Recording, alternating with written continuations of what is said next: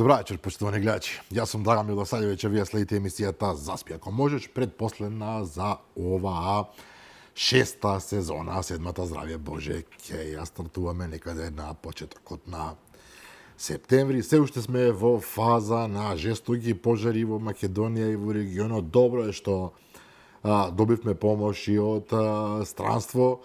Еден момент кој што навистина загрижува е фактот дека голем дел од овие пожари се подметнати, а веќе гледаме дека сосема е можно да има и политичка конотација во целата работа, но за тоа малку подоцна.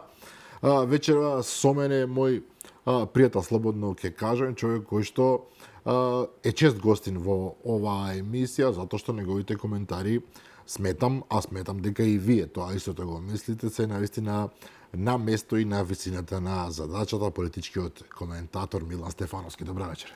Добро ве најдов и благодарам за најавата и честитки за ова успешна сезона. Сепак успеавте во бура на информации овој дискурс на мнение да го етаблирате во релевантна смисла. Благодарам. Она што денеска се разбира беше втора ударна вест освен пежарите е нешто што ние го начнавме и претходно во некои емисии, нешто што беше очекувано, иако премиерот вчера имаше една малку така двосмислена изјава во врска со сето тоа, имено беше изгласана интерпелација на државниот обвинител Љупчо Коцевски, обвинителот кој што, ако сме реални, не ја заврши својата работа.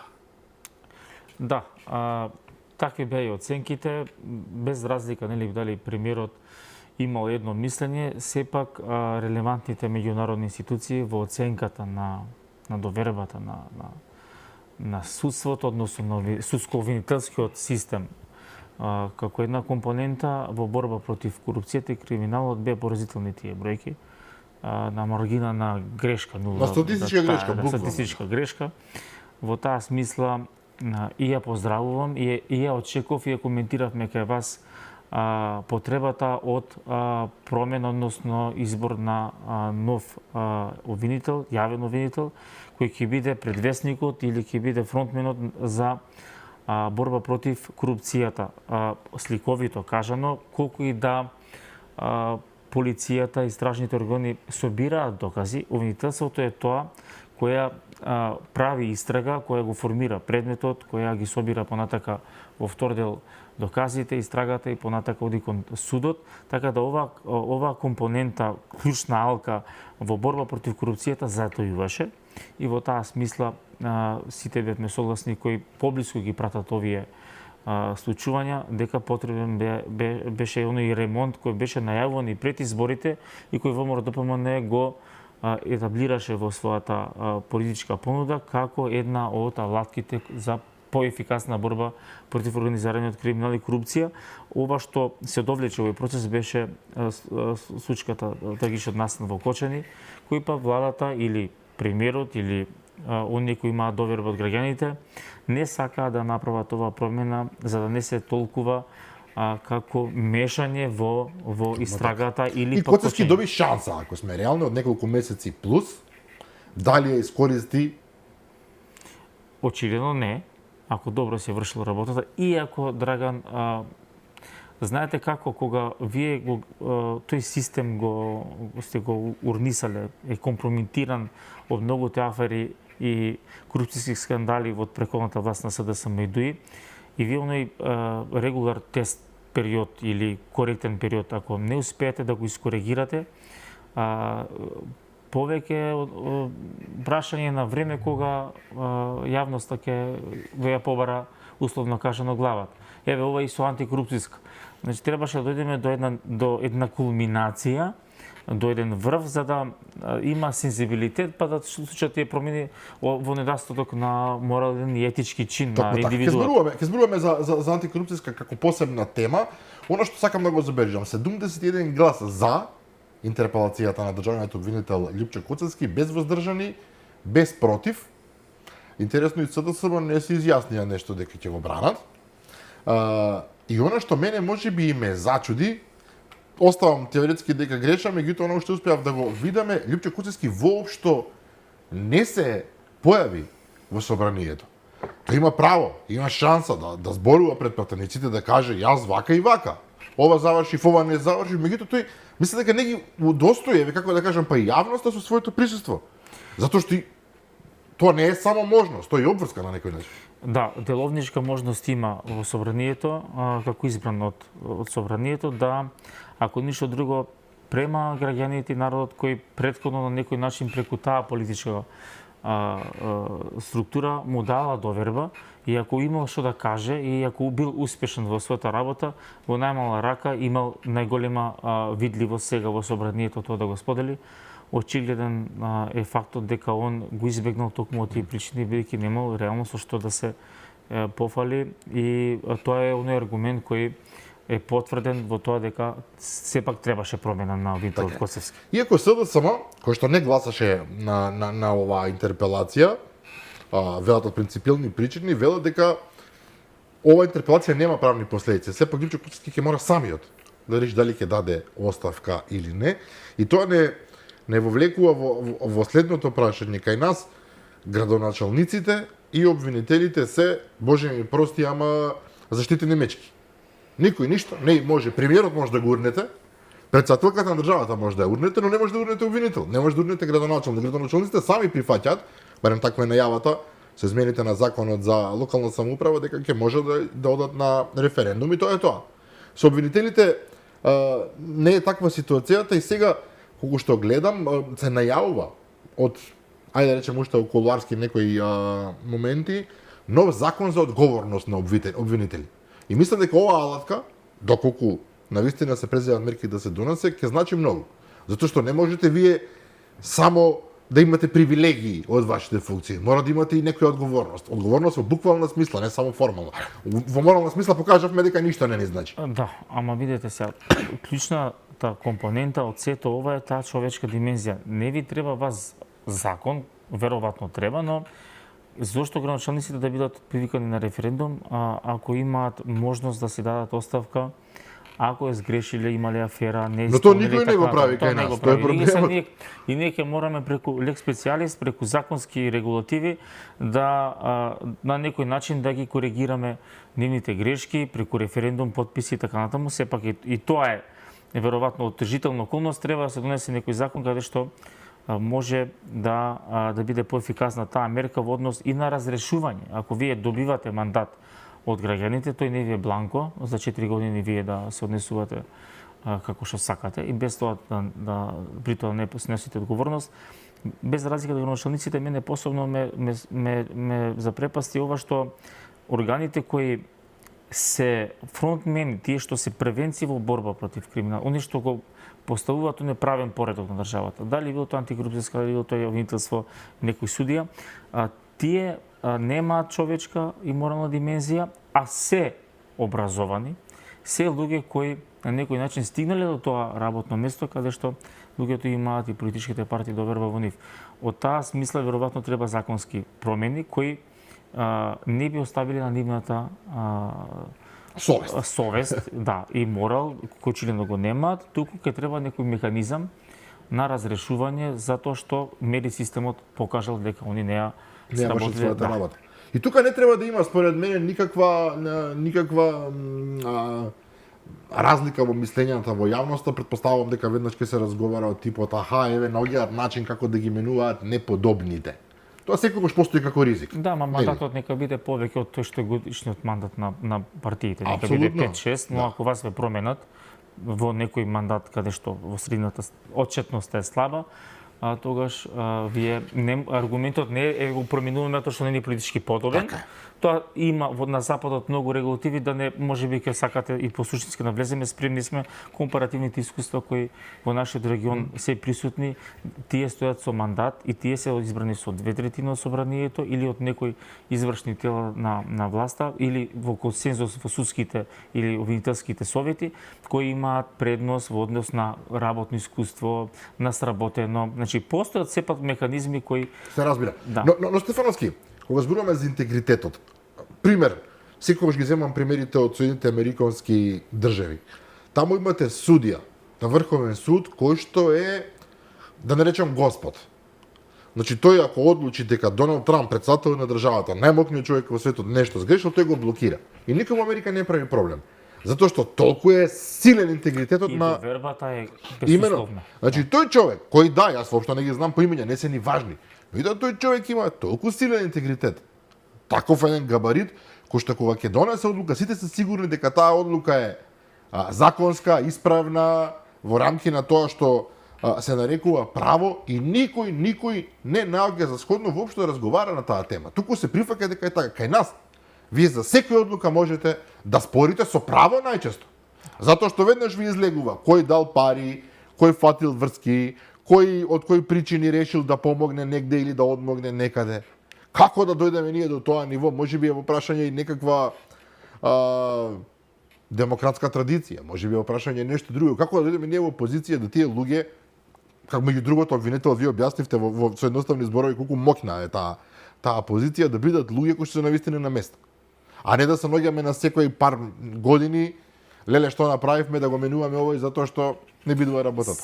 Во делот на и критериумите, и на изборот, и на академии, има простор и премногу вакуум простор оставен за да се прават тие манипулации. И тоа е намерно веројатно направено. Оставено е така, математиката е дека тие луѓе ќе бидат потребни и подобни, но на крајот ќе ви се случи кочани или некоја друга трагедија и каде што целиот систем ќе пропадне во вода. Преризично е вие да влегувате во должничко доверителски односи со правниот обвинителскиот систем. Тие мора да бидат колку и да вие сакате тие да бидат партнери од себични или лукративни така причини. На крајот данокот ќе го плати тој што на некој начин го субвенционирал тој модел и за да му служи. Данокот го гледаме. Кочани и целата таа низа на расчистување на тој коруптивен октопод и сега, нели, па опозицијата зошто е тоа насочено кон бивши функционери, зашто сега актуелен не одговара, затоа што овој систем е урнисан многу претходно и треба бајаги време за да се коригира истиот да биде на ниво на задачата, затоа што на крајот од денот ефикасноста на владата и на партијата која владее, ако го нема овој систем под рака, каде што ефективно ќе се справува со борба против корупција и организиран криминал, таа е успешната алатка која вас ќе ве етаблира во довербата во следните избори. Ако вие не успеете да го совладате систем, овој систем ќе ве совлада вас. Значи нема пардон, ниту емоција, треба да се овој систем реално на некој начин хируршки пресече и да се ресетира. Така. Втората работа која што се разбира во овој дел е интересна за разговор е, се извинувам, случајот со претседателката на антикорупцијска. Навистина беше чудно.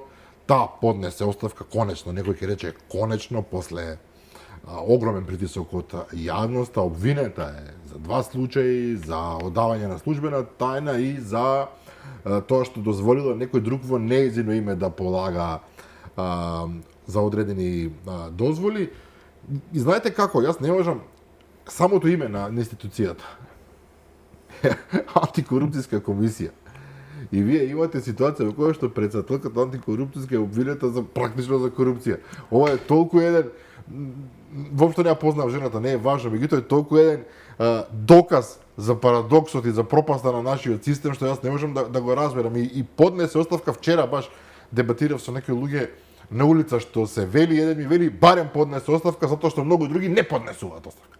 Не по никоја цена. Ако не ги смените, не дава оставка и крај. Ова вели барем поднесе оставка. Нема, тоа е веќе спуштање. Но барем поднесе оставка што значи? Тоа е лош мајндсет. Барем поднесе оставка е прифаќање на дното. Дека вие од 99 криминалци, еден ако поднел оставка е нормално, другите, метафорично кажано, не е ни важно, овој некако се спогодил и признал вината и он е етички не. Ако вие сте криминалец, дали сте поднели не влегува да не забораваме, имаме врховен судија кој што се договори буквално за да одлежи, не знам, 3 години, да нема многу таласање. И сега ние треба важно он се договорил и го признал делото, може да простиме. Ете гледаш ли? Тоа е пораката, гледаш ли, барем овој призна. Тоа не е тоа. Тоа е поразително, ама тоа е граѓаните го присликуваат од системскиот пропуск кој тие луѓе дошле, имале ли критериуми селекцијата за нивниот избор, моралниот интегритет, луѓето кои ги застапувале условно кажано во нивната кариера или ги протнале на различни начини во домашното воспитување. Поразително е да кажете барем некој поднел оставка, но уште поразително е да вие како начело, не ја познавам јас господјата, на една клучна институција да имате доблест да дојдете таму и да мислите дека тоа нема да се дознае. И под притисок Дури и на наивно, дури и дилетантски, да. И се ни треба да честитаме дека Затоа што поднела оставка. Интересно е, има тука и други моменти. Претходната председателка на антикорупцијска и велеше поднеси оставка, нема тука враќање.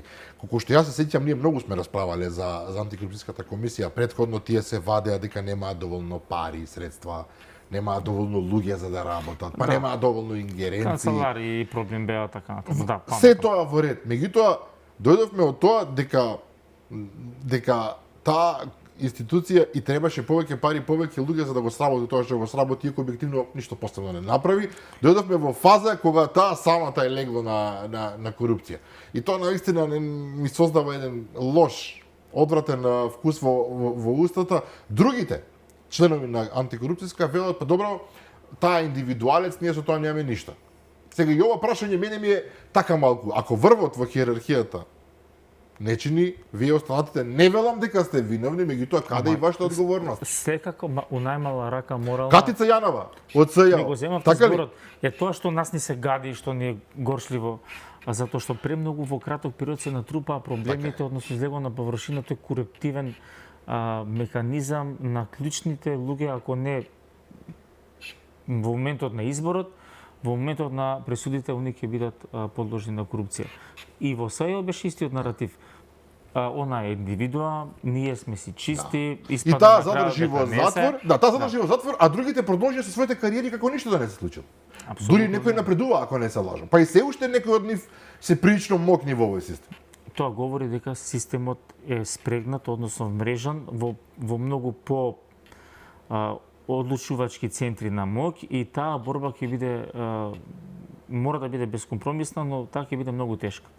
Тие пипци се навлезени во сите на секаде. Роднинско, пријателски, како што рековте, должничко-доверителски односи, Бизнис, цели хиерархии на луѓе кои што се, да не речам, како фамилии практично, кои што контролираат многу сериозно и тие ни на крај памет не им е, па тие 30 години го држат тоа. Анализирате и видите го стеблото на секој од нив. Токму така.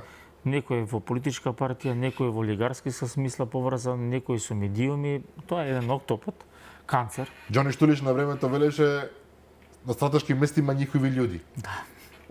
За жал, мислам, знаете како се да направиме во позитивна смисла, како држава, како народ, ако тој сегмент ние не успееме да го исправиме, Ништо не сме направиле. Европа без разлика каде додиме, никој од нас нема да ни помогне ние да не го коригираме тоа. И црвениот аларм, мислам дека предолго свети. И ако треба нешто да се пресечи и да се случи, тоа е сега. Европска унија и САД често пати на таа линија критикуваат со право. Тие, како рекоа американската амбасадорка во една прилика рече, не знам колку пари дадовме кај вас за борба со стотици милиони евра, мислам милиони евра и од тоа ништо. Така што и од нивни аспект како го погледнеме тоа, кој знае колку е поразително. Меѓутоа искрено да ви кажам, баш ми е гајле што ми за Европска унија и САД. Ние овде. Затоа што тие сепак не дале пари и толку. Ние овде зависиме од тоа, судбините ни ги решава. Кај нас ние сме во фокусот нивен тие 5 минути кои дошло тема на прашање и разговараат и ние си продолжуваат со својата агенда.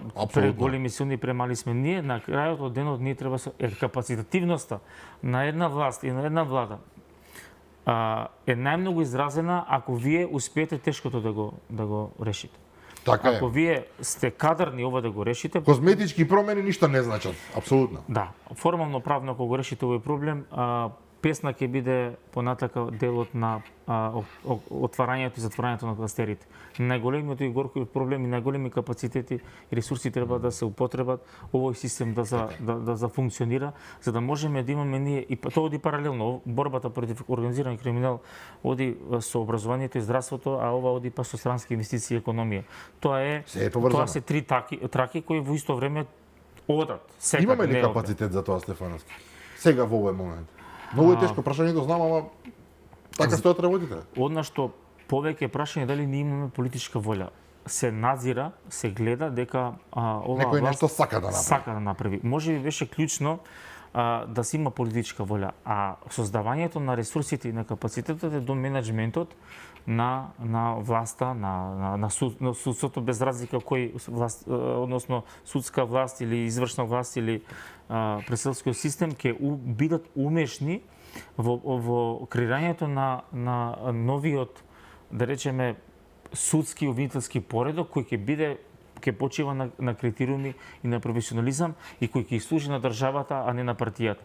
Она што е многу важно е да разбереме и да сватиме дека има политичка воља. Тоа е можеби во овој момент најважно, а во паралелно треба да се создаваат и ресурси човечки и финансиски за да ова конечно се ресетира. Апсолутно. Уште една тема која што мораме да ја започнеме, на почетокот ги споменав пожарите, навистина се наоѓаме во една крајно не убава ситуација, пожари избавнуваат на секој чекор, некои од нив стануваат и многу опасни, за среќа немаме главно човечки жртви, што е добро. Стојанче Ангелов, Господ нека е со него, како знае и не знае, нека оправа, еве помагаат и од странство, те е супер, меѓутоа овие информации кои што доаѓаат. Веќе некое време владечката ВМРО ДПМН инсистира дека повикувајќи се низвери во полиција да се разбереме, дека пожарите намерно се подметнуваат. Имате и ситуации каде што гледате, не знам, оставени намерно гуми, запалени, полиени со бензин, тоа природата не го прави. Се знае што е отпушчак од цигара, а што е кога некој на 5 места, на правилни места ќе намести за запаливи материјали, ќе ги помогне уште. Тоа е злосторство според мене. И денеска излага информација, излегува се извинувам, дека поранешен возач на Зоран Заев, на премиерот на своевремено на Македонија, е уопсен во подметнување пожар во водоџа тамо кај Струмица. Се јави интересно Зоран Заев, мислам дека Facebook статус напиша некој од некаде, злобниците велат од Дубај, не знам каде, не е важно. Вели тој човек, јас практично него ни познавам, односно бил тамо негде во општината, не бил негов возач. Има фотографии кои што веднаш се пронајдени, каде што се гледа овој човек веднаш до Зоран Заев во неколку специфични прилики. Меѓутоа факт е дека човек од општината, кој што долго време работел тамо, кој што е во контакт, бил во контакт со некогашниот премиер, е фатен на лице место како подметнува пожари. Толкувањето од страна на пратеникот Левков, ако сме конкретни, е дека овие пожари намерно се подметнуваат со намера да се предизвика нестабилност, несигурност кај граѓаните, доколку е тоа точно и се докаже. Ова е злосторство пар екселанс. Вие правите, ја доведувате во безбедност, во опасност безбедноста на граѓаните. Утре некој ќе загине, не дај Боже, ќе биде повреден. Оштетувате, уништувате огромни количества на народно добро за политички цели. Знаете како му звучи тоа? Конечно треба предизвикањето на пожар да се третира во неколку земји членки на Европската унија, се третира како тешко злосторство на природата. Затоа што терористичкиот акт предизвикува исто така последици кои исто ги предизвикува и пожарот. Страв, несигурност и револ. Тоа значи ова е на ниво на тероризам. Да, треба да се третира како апсолутно согласен за ова. Затоа што вие тоа действие не може да го контролирате, пожарот вие го предизвикувате. И толку, така е. Толку, но што може да загрози? Огромен шумски фонд кој е од огромно значење во контекст на природни непогоди, климатски промени. Тој фонд нас не обезбедува и економија и клима. Од една страна вие го загрозувате, од каде знаете каде ќе се прошири тој пожар? Дали ќе заврши во некое село, приградска населба и така натаму? Значи вие можете индиректно да ги загрозите човечките животи. Исто терористичкиот акт, исто действие. Апсолутно. Истата перцепција ја дожи. Значи вие Кога ќе подметнете бомба некаде, може да загине еден човек, може 100, така е. Тука кривичниот правен поредок треба да на некој начин да има иницијатива да се промени во кривичниот законник пироманството и оние кои сакаат, без разлика дали биле предизвикани, има разлика, тоа може после да дискутираме, без разлика од кои причини они имаат побуда да направат таква штета. Огромни финансиски средства се употребуваат да се изгасне пожар и понатака да се обнови тој шумски фонд. Затоа Не само шумскиот, се што страда стоката, страдат животните и диви и домашни, и тоа е пожари имало и ќе има. така е. Погледнете на Турција, гори практично цела или не знам, 14 Грција. луѓе мислам дека се почнати. Грција исто, насекаде тоа не е спорно. Меѓутоа, Инвестирањето во тој систем. Ама, ако вие имате она МВР што го имаше, нели, брифирано во јавноста, е дека одредена структура од ДУИ и одредени структури од СДСМ, млади луѓе, странци биле фатени во подметување на пожари, тоа говори дека има контекст на предизвикување на нестабилност и несигурност кај граѓаните со тоа што не мислат дека тоа ќе биде одраз на револт кол актуелната политичка структура. Погрешна им е и математиката и перцепцијата, затоа што барем анкетите покажуваат дека и менеджирањето на трагедијата во Кочани и во системот, мислам дека секој дневно ако има од 10 до 15 активни пожари, е веќе во текот на утрешниот ден 10 се изгасат и 5 се поставуваат и така натаму, но тоа говори за нивниот мајндсет. Она што они имаат како идеја, тоа повеќе ме плаши, тоа што СДСМ секојаш кога е фрустриран, они имаат оној инстинкт на лишинарство им се јавува, на пироманство, за да бидат во фокусот на јавноста, затоа што вие имате пожар и други. Може така, јас целосно ве разбирам Стефановски. Но знаете како? Кога вие се разбира, кога вие политички да се натпреварувате, излегувате со пресконференции како што излегуваат, не знам, вака е, така е, нечини, не сте направиле толку пат, лажете, окей, сте ветиле ова, не сте го направиле, сето тоа стои. Ова е сосема нешто друго. Ова е на ниво за мене е ова на ниво на војна, како тоа вие ќе подметнувате пожари. Значи се играте со човечки животи. Пироман обичен, не ги разбирам тие луѓе, зборам за оние што се болни ли се тие луѓе, не знам, пироман, оној што мора да потпали. Тоа е специфична психолошка состојба, да. И за нив треба казни, но ќе рече што е човек да има ментален проблем и тој не знае, не е свесен што прави. Ова е сосема нешто друго. Вие одите со намера, така е.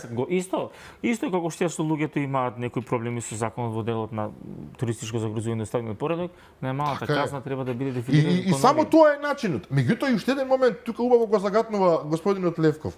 Треба да се оди затоа што шоферот како шофер е, ако е шоферот, и ако ово го земаме се со резерва, се уште. Да.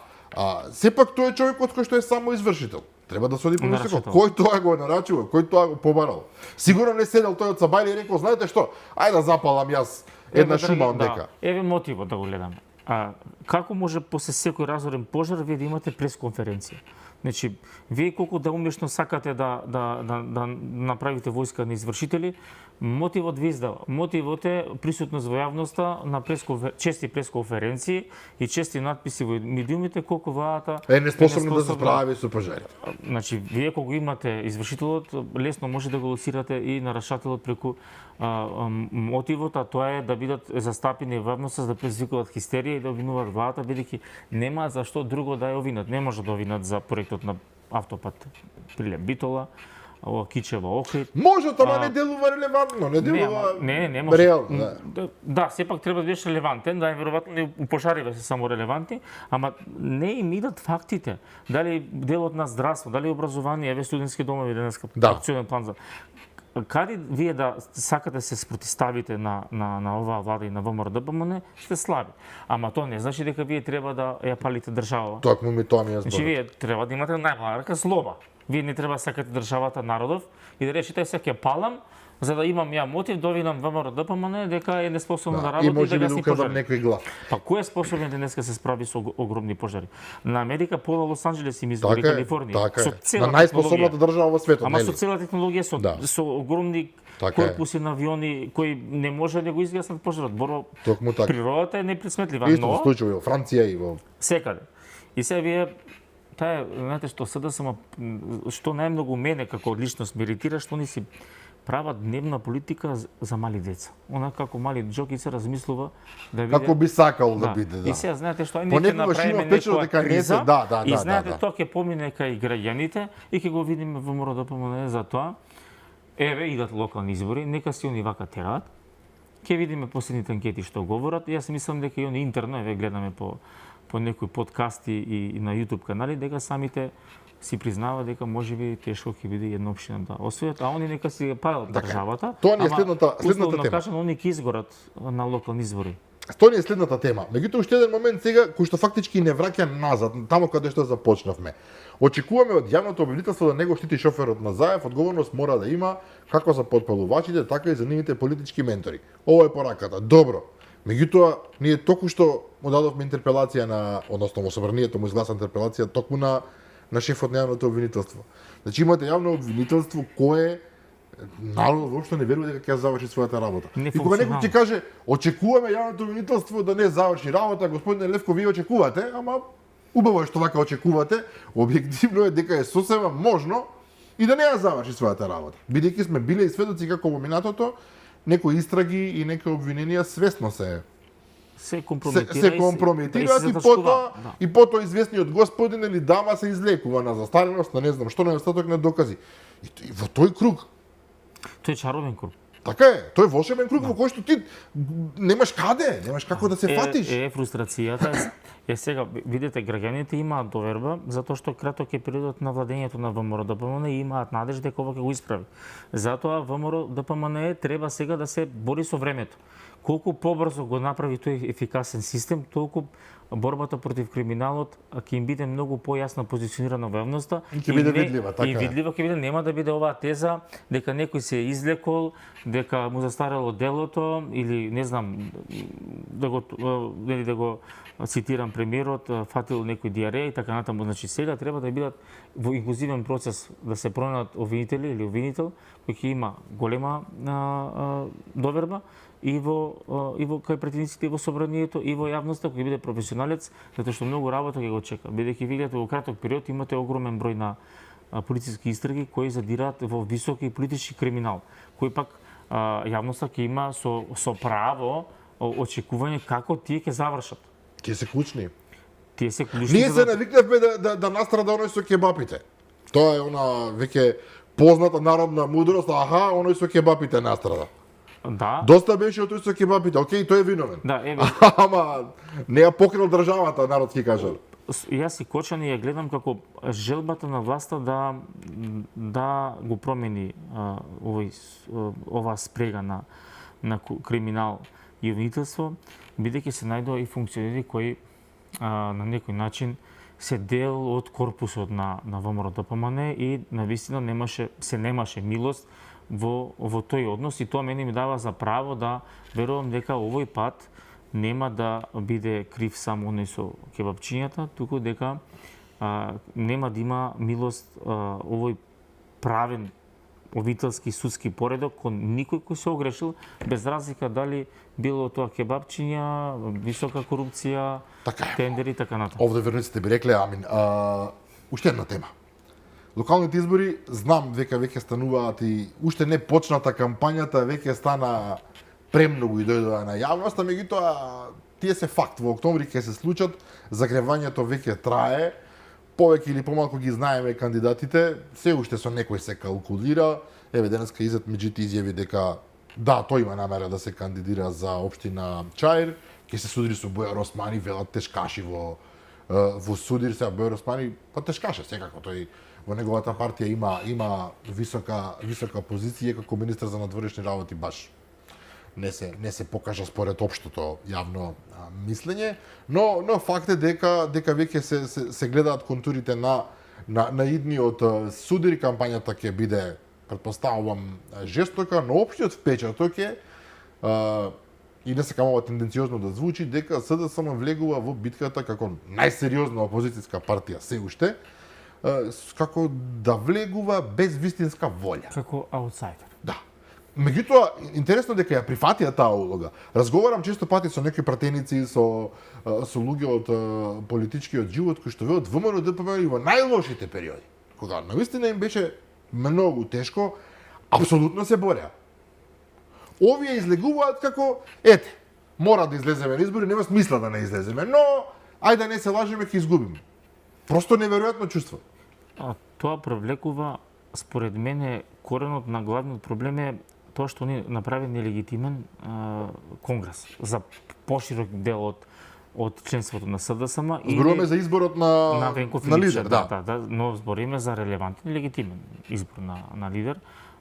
Дел од нивниот политички кампус, политичкиот врв, ја компрометира или негодува на начинот на тоа како Заев преку своите инсталации го наметна Венко Филипче покрај сите негови афери. Оттаму мислам дека привлекувањето на нов човечки потенцијал во смисла на кандидати на градоначалници на човечки потенцијал е многу низок, да не речем никаков, од причина што СДСМ не е привлечна партија за нов спектар на поединци и на организации кои на некој начин ќе бидат дел од портфолиото кој СДСМ ќе го користи во делот на политичката стратегија.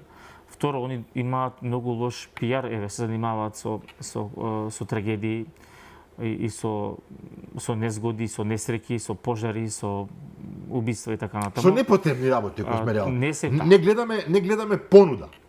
Оно што се нарекува политичка понуда. А во моментот ВМРО има 90% од градоначалниците во државата.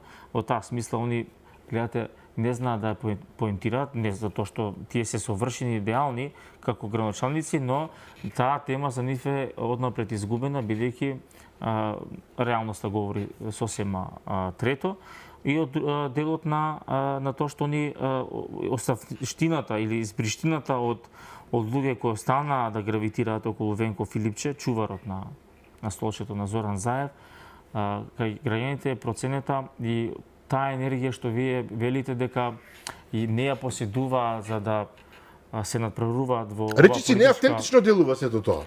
Овие неколку примери што ги кажав, мислам дека ја даваат контекстот и конотацијата дека СДСМ знае дека нема да успее нови избори. Они успех ќе пресликаат дали ВМРО ДПМН ќе падне под некоја бројка од парламентарните, па тоа ќе го верификуваат, ама тоа е многу ниска, да, тоа е ништо. Уште еден момент беше некој од нив даде изјава еден глас повеќе од она што ги имавме на парламентарните ќе го сметаме за успех. На 180.000 гласови СДСМ 180.000. Да. За партија која што себе се нарекува државотворна, партија која што направила не знам што, тоа се мизерни бројки. Они имаат проблем во перцепцијата. Ако вие велите секојдневно дека оваа власт е неспособна, а успех ќе ви биде качување на политичкиот кампус од 1000, 2000, 5000, 10.000 гласови, тоа говори дека вие или не живеете во реалноста, или самиот очинство си го лажете. Ако оваа власт е неспособна, она како вие што велите, тогаш вие треба да имате раст во рейтингот на 40-50.000. Да, и ќе имате 5 до 6 градоначалници.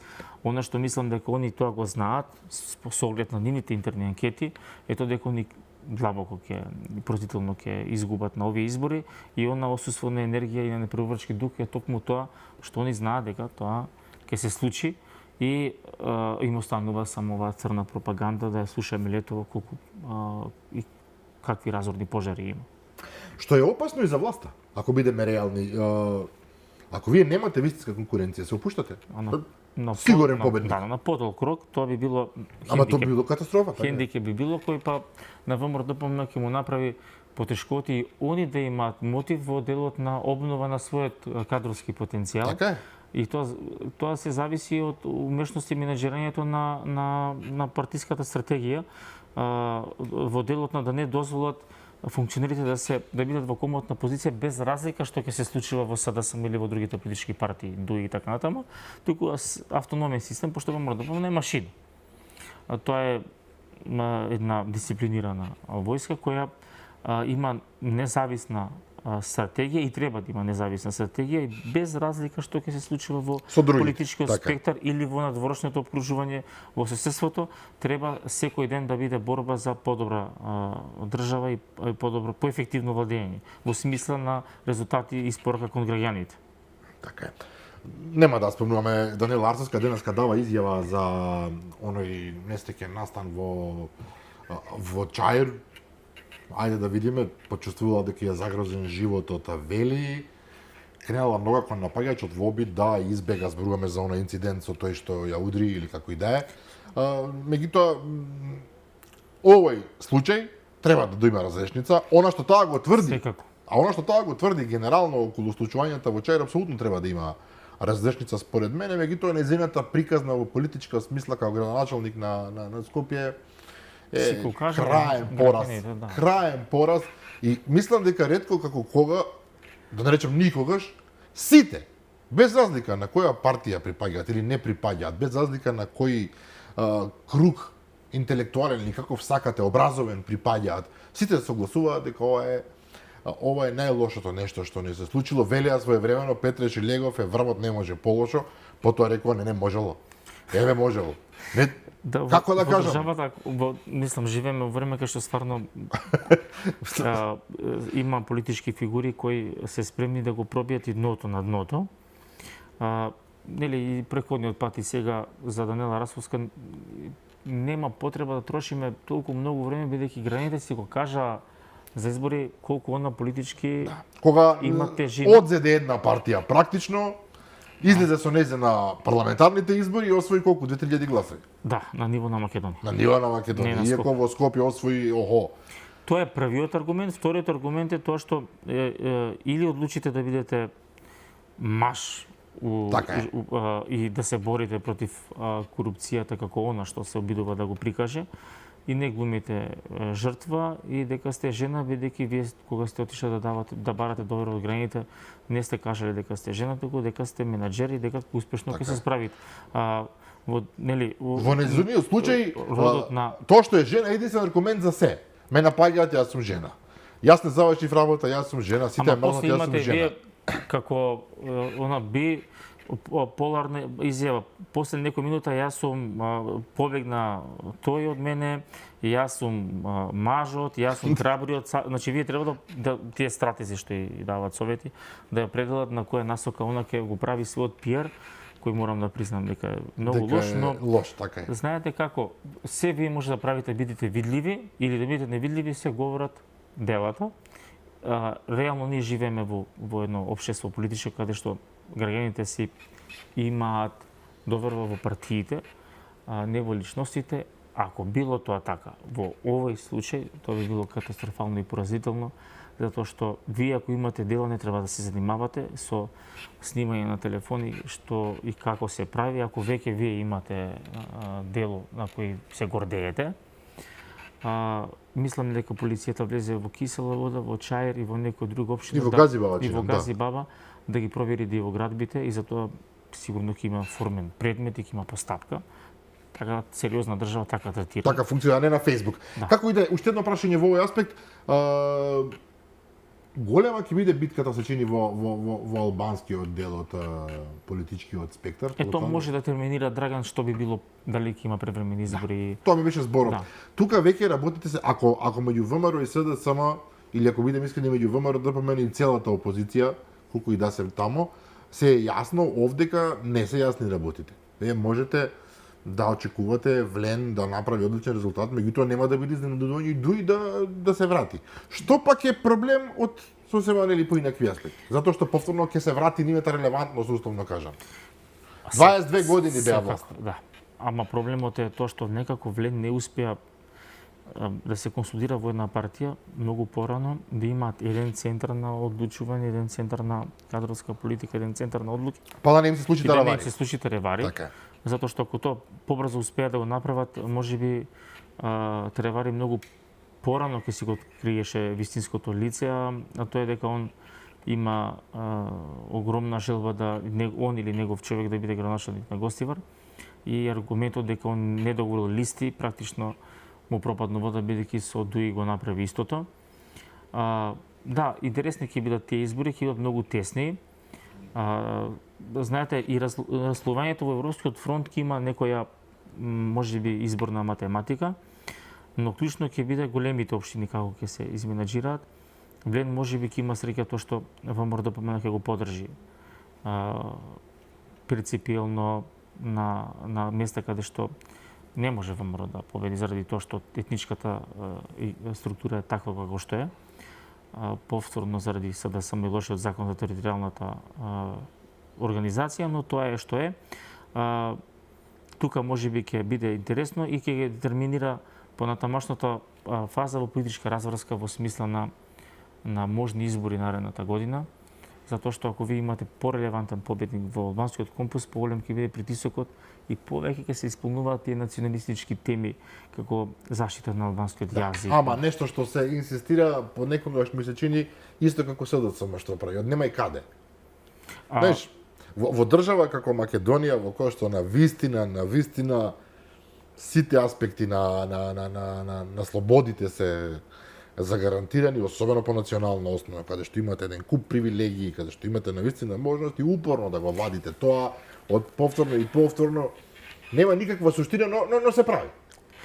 Видете, туи 20 години има обезбедено кампус на луѓе кои веројатно се вработени во државната администрација и осцилациите и расолувањето на тоа гласичко тело многу поспоро оди, бидејќи вие и сега ако видите Тетово е на Беса, Така е. Гостивар е на Таревари, Скопје Чајре на сегашното на Изет, Дуи има многу мал број на општини каде што ќе го етаблира како фаворит, но па етаблирањето на власта во 22 години во тој систем на вработување му дава некоја жилавост, но тоа не мора да значи.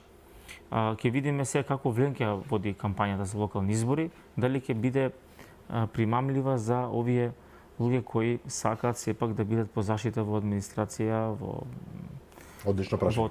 Тоа ќе биде можеби одлучуваш и дали ќе допре до нив, затоа што сепак Влен и ВМРО-ДПМН имаат јасни 4 години силна власт и силно мнозинство, тоа ќе биде клучно. Така. И уште една тема сосема за крај од светот. Вие често пати сме разговарале со вас и на надворешно политички теми, на геополитички теми.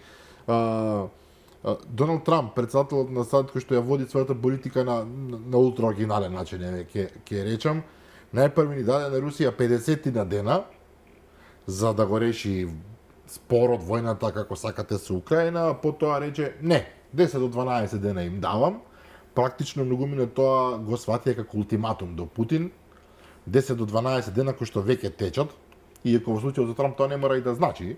Меѓутоа сепак да, но 10 до 12 дена во кои што Русија има време да запре војната во Украина, да ја заврши како и да е. Денеска доби одговор од Дмитрий Медведев, пранешниот председател на Руската Федерација, кој му рече ние ултиматуми не прифаќаме апсолутно ништо не ни значат. И сега се поставува прашањето што кога ќе помине тој ултиматум, ако го земеме како ултиматум, бидејќи речи сосема известно дека Русија нема да запре тоа што го нарекува специјална војна операција, реално војна на теренот. Путин не сакаше досега средба со Трамп, меѓутоа Трамп сега вели па дека тој воопшто не сака да се сретне со Путин. Иако претходно бараше. Дали повторно влегуваме во онаа позиција во која што САД повторно ќе ја заострат не само риториката, туку воопшто односите со Русија по овој неколку месечен обид нешто да зближат, нешто да поправат.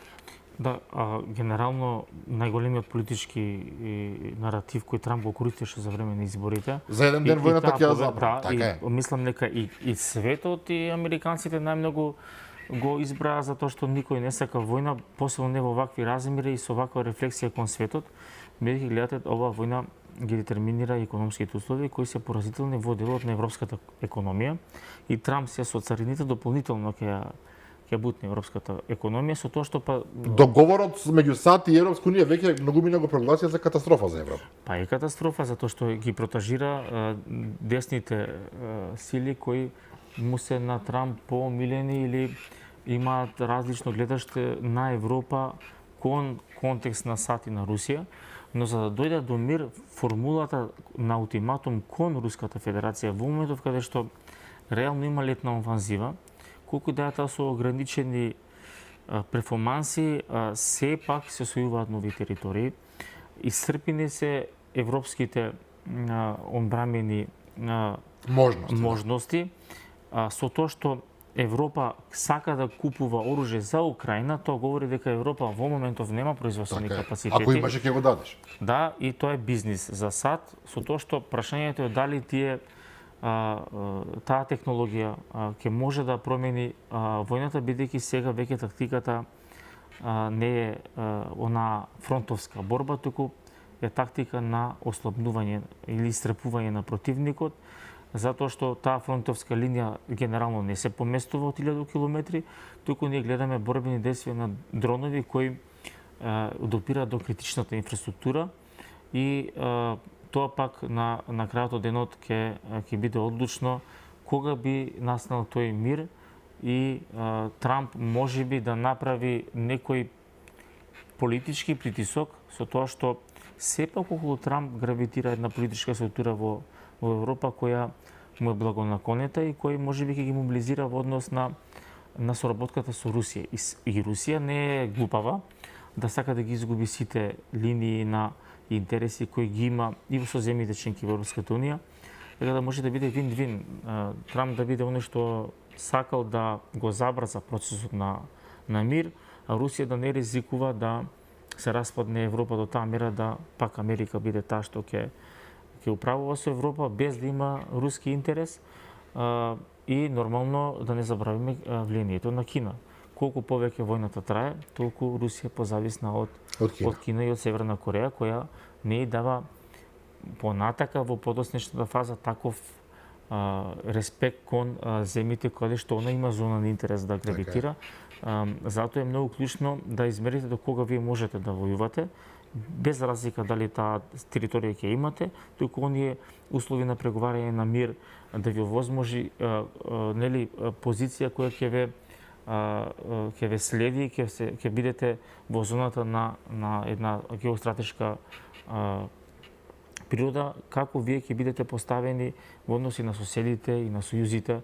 Мислам дека Русија не би одела до таа мера да може да изгуби се, без разлика да земе Украина. А стратегијата па ако Украина, Русија да земе се, односно да земе Украина, пола или цела, а да изгуби се, е исто така многу лоша стратегија за Русија, затоа треба да бидат многу внимателни, затоа што Трамп е непредвидлив. Колку и да сака мир, он можеби да ја истошти Русија во овој конфликт, но тоа се дебати и претпоставки кои може да не одземат многу време. Многу време. Да. Токму така.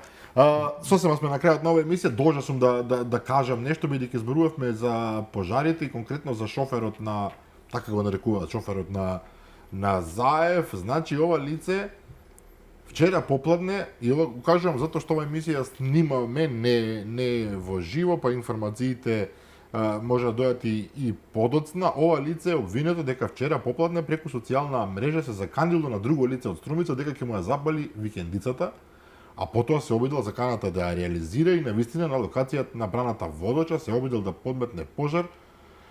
И тука со запален факел од хартија и текстил ги запали од гредите на настрешницата кои започнале да чадат, а потоа предизвикал пожар кој што не само го зафатил овој објект, туку и повеќе други викенд куки и на нискостеблеста и високостеблеста вегетација. Значи пожарот може да е од една сосема поинаква, некоја лично релацијска или не знам каква овој причина.